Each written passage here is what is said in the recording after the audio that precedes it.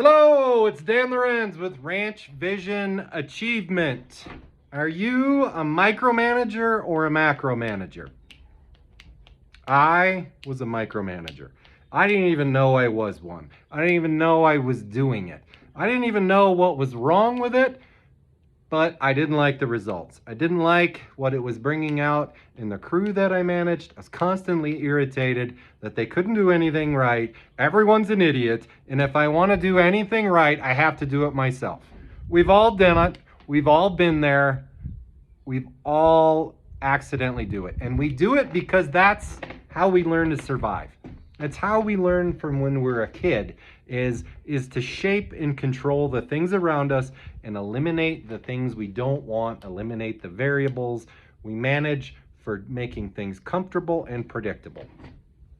As you grow a business or an organization or want to be a better leader in your business, in your family, you're going to run into a problem with micromanaging. Always brings the same result: overwhelmed, tired, lackluster results that cannot grow beyond what you can accomplish. And here's why. For most of you, haven't even thought, like me, I hadn't even thought about this. Micromanagement. Micro, macro. Let's be consistent here, Dan. Micro, everybody knows, means small. Macro, very intuitive, right? Okay. So, to dig into this a little further, one of the best examples comes from one of my favorite authors, David Marquet, who wrote the book Turn the Ship Around. And he talks about the difference between leader-follower management and leader-leader management. He is a submarine captain on the USS Santa Fe, and they based the movie Red October off of his management style, which was quite revolutionary in the military. And what he had noticed is most structures in the military are micromanaged. You got one guy, one leader, and everyone else waiting to be told what to do. You have two levels. Sometimes you might be lucky enough to have 3 levels. You might have a couple of handy lieutenants or captains, or, well, in this example, I'm ruining the example, but this guy's the captain. But anyways, whoever's in the military is rolling their eyes right now. You get the point. You got 2 people underneath of you, if you're lucky. Most of the time, all of these people sit around waiting for what to do, and this guy thinks everyone is an idiot, and he is constantly worn out and tired. In a second he walks away, everything falls apart. This is extremely dangerous, because that is a great feeling, to feel that important and everything needs you and you need to be the solution to everything. It is so damn sexy to turn into this guy.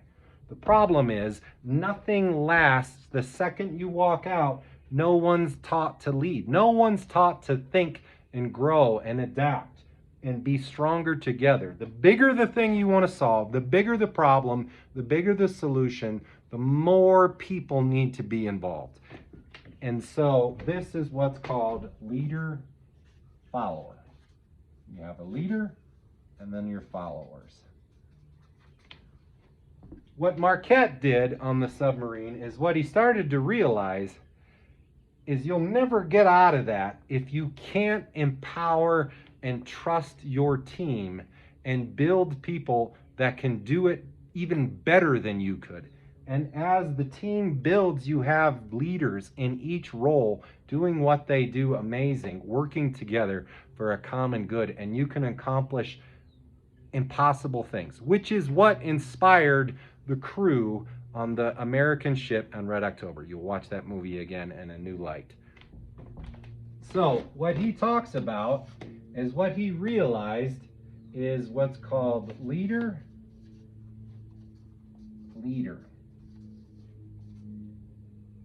What it focuses on is building a team of people to where at each level they are empowering leadership and growth adaptability, change, accountability at each level. Easier said than done. Somebody right now is like, I tried that. It doesn't work. It's not easy, you guys. Anything worth doing is not easy. There's more to it. Like this takes believing in people. It takes holding people accountable. It takes making the hard calls, putting people in the right roles. When they're in the wrong role, taking them out of it.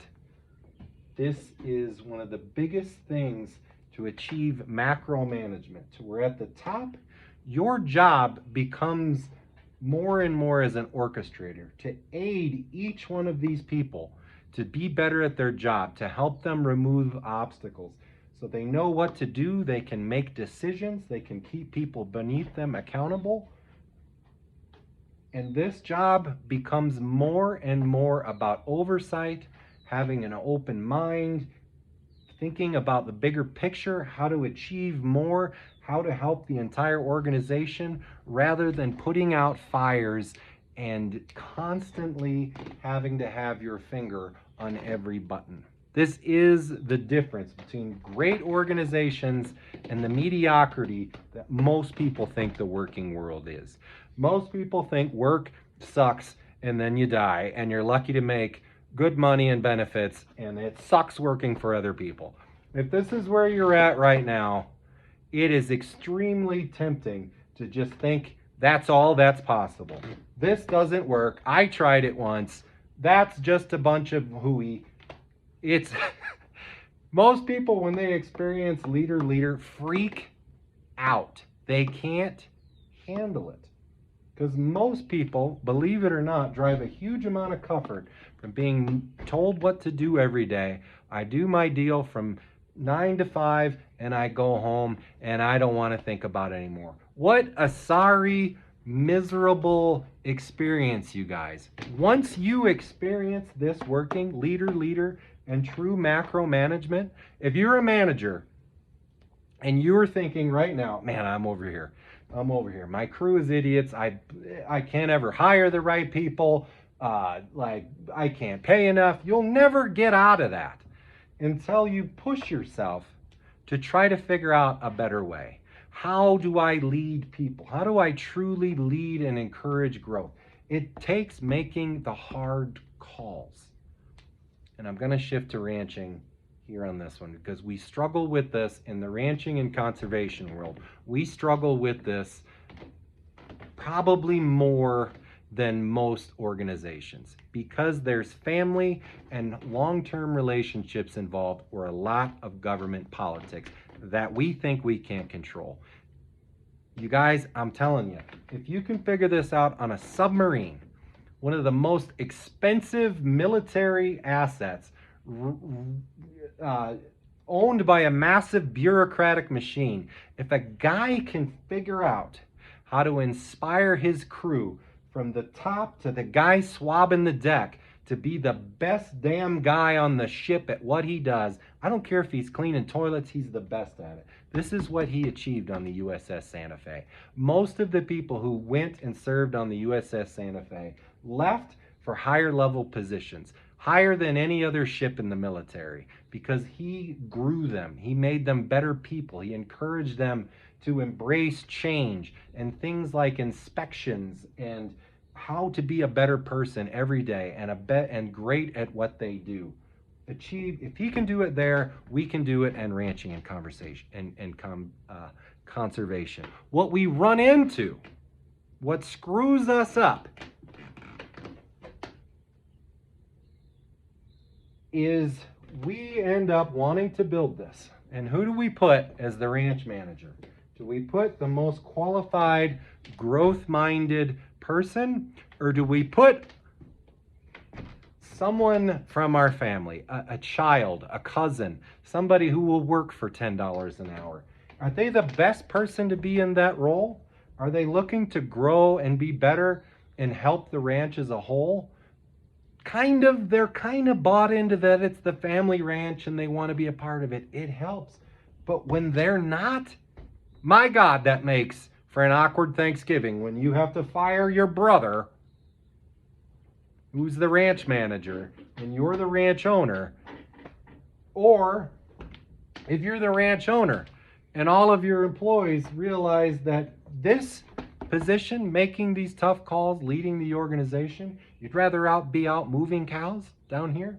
When they realize that that's that, and you can't get out of the way, that is one of the hardest things in the world. People cannot rise to the top if you don't let them. If you don't let go of the slack in the rope, they can't take it up. If you're filling this spot because you're not ready to retire for 15 years, these people are miserable or quit or leave or tolerate it, and by the time they do get to that spot, they're so frustrated and worn out and given up, they don't want to grow and adapt and put the extra effort in to be a better leader and take the business in new directions. It's one of the hardest realities to admit. In the conservation world, this is the hardest thing that happens, is we get in government jobs or nonprofit jobs or private jobs to where this is a great paying job. Good money, good benefits, love it for 5 years, life happens, things change, they don't want to leave. They don't want to go somewhere else. It's terrifying to think about starting over or going to a different property. They stay. It's the ceiling for the entire organization. If this isn't growing and changing and being a better leader, empowering people, helping people grow to be better employees, then no one else can rise up. You are the ceiling to your business. This is great news. This is great news. If you grow and adapt and change or get out of the way and let someone else come in to where they need to rise up, it's a good thing. The business is healthier. How fulfilling it would feel for you guys to step back and watch things happen while you step back and let them be amazing. Most people don't think this is possible. They've experienced people screwing it up. We've all experienced employees making mistakes and messing it up and thinking, oh my God, if I step out, this whole thing's gonna fall apart. You guys, we've all experienced it. What most of us haven't experienced is when people rise up and do amazing things because you've helped them in a way, in a macro way, to help them be better people, better employees, help them find the best roles and things that fit them in the business, on the ranch. You guys, this is life-changing stuff. And what the difference between these two, I'll end on this. Whether or not you're going to be a micromanager or a macromanager is one thing. And that is to believe. I pray to God I spelled believe right, because somebody's going to let me know in the comments that I didn't. You have to believe in it. You have to have faith. You have to believe that it's possible, because it will be hard. This is not something you try and in 6 months you're like, wow, Dan, that changed my whole business. In 6 months, you're going to be, if you're looking for the growth and the change, you'll find it. If you're looking for reasons why this doesn't work or can't work, you'll find those too. You'll always go back to this. This is way more comfortable, you guys, to just everything's on me. I make all the decisions. And everyone else just sits around and waits for you to tell them what to do. It's more comfortable.